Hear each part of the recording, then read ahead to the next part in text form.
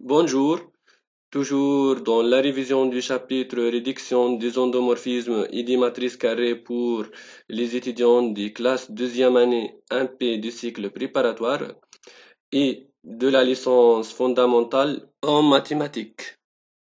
Aujourd'hui, on va voir un exercice qui fait l'étude de diagonalisabilité des matrices dans ce groupe de GLN de C. On passe maintenant à l'exercice. Voilà l'énoncé de notre exercice.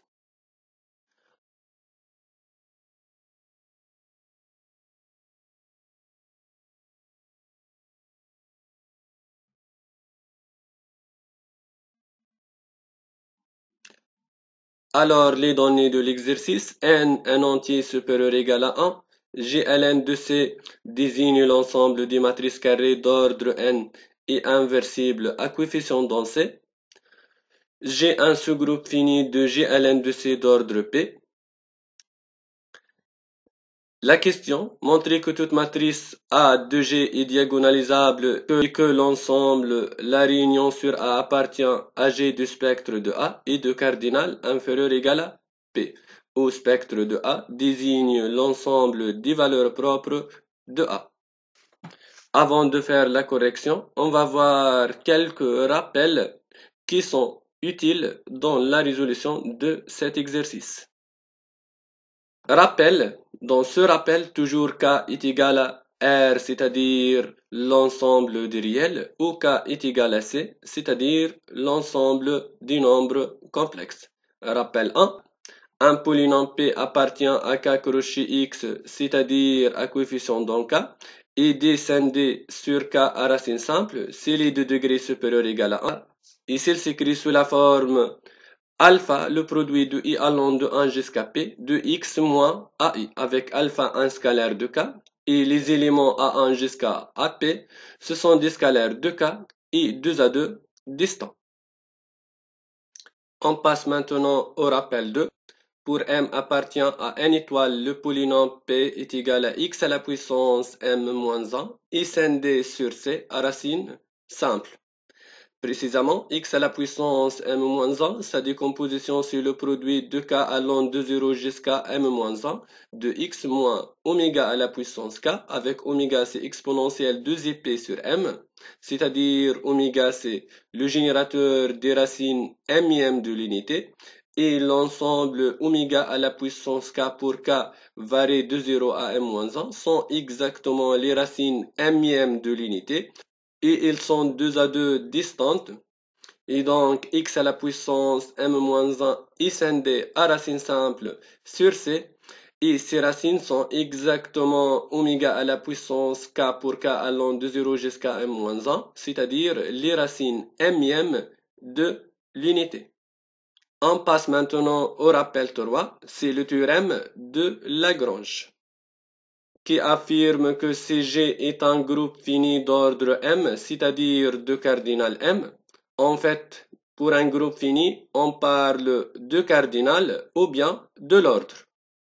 Alors, dans un groupe fini d'ordre M, pour tout x appartient à G, on a x à la puissance M est égal à E, où E est l'élément neutre de G, et x à la puissance M c'est l'itéré de x m fois, c'est-à-dire x.x.x, ainsi de suite, .x, et ceci m fois. On passe maintenant au rappel 4, qui dit que l'ensemble GLN de K des matrices carrées d'ordre n est inversible. Donc cet ensemble GLN de K est un groupe pour la loi fois, c'est-à-dire la multiplication matricielle, et son élément neutre, c'est exactement la matrice unité, qu'on note en général I indice N. Maintenant le rappel 5. Alors, si A est une matrice de Mn de K avec K est égal à R ou K est égal à C, c'est-à-dire A est une matrice carrée d'ordre n à coefficient dans K, et P appartient à K crochet X, c'est-à-dire un polynôme à coefficient dans K, vérifiant la matrice P de A est égale à la matrice nulle. Dans ce cas, on dit que P est un polynôme annihilateur de A. Alors, dans ce cas, les valeurs propres de A sont dans l'ensemble des racines de P dans K. Autrement, les valeurs propres d'une matrice A appartiennent à l'ensemble des racines de P pour n'importe quel polynôme annihilateur P.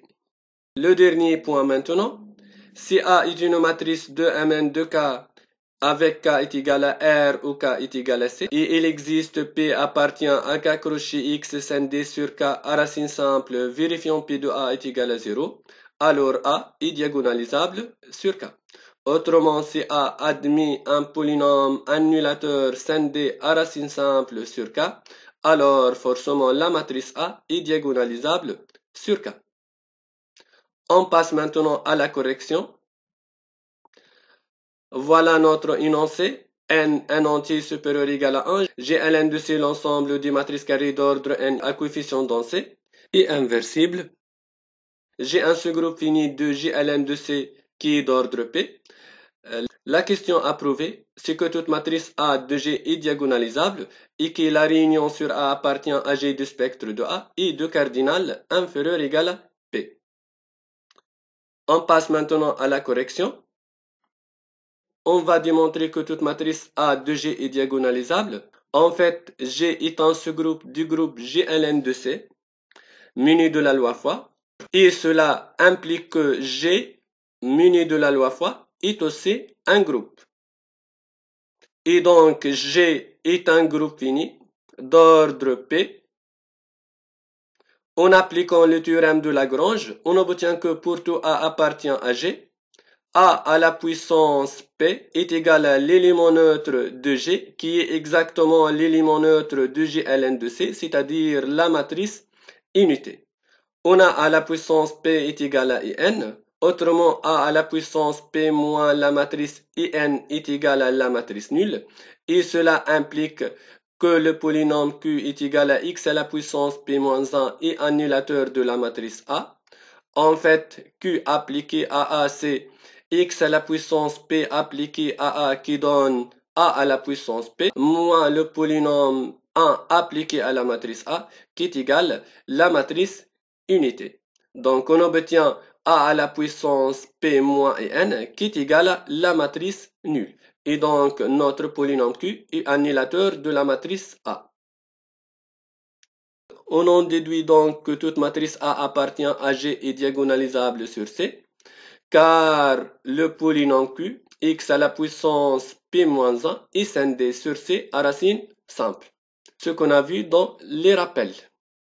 En fait, Q est un polynôme annulateur de A, et Q est scindé sur C à racine simple, donc la matrice A admet un polynôme annulateur scindé à racine simple, et donc elle est diagonalisable. Du fait que le polynôme Q est égal à X à la puissance P-1 est annulateur de la matrice A, pour tout A appartient à G, on obtient que pour tout A appartient à G, le spectre de A est inclus dans les racines de Q dans C. Or, les racines du polynôme Q sont exactement les racines Pm de l'unité, c'est-à-dire l'ensemble oméga à la puissance K pour K compris entre 0 et P-1, avec oméga c'est exponentielle de Zp sur l'entier P. Puisque pour tout A appartient à G, le spectre de A est inclus dans l'ensemble oméga à la puissance K pour K entre 0 et P-1, on a aussi la réunion sur A appartient à G du spectre de A, inclus dans l'ensemble oméga à la puissance K pour K compris entre 0 et P-1. Or, l'ensemble oméga à la puissance K pour K entre 0 et P-1, qui est l'ensemble des racines Pm de l'unité et de cardinal P. Donc, on obtient que la réunion sur A appartient à G du spectre de A et de cardinal inférieur égal à P, car inclus dans un ensemble de cardinal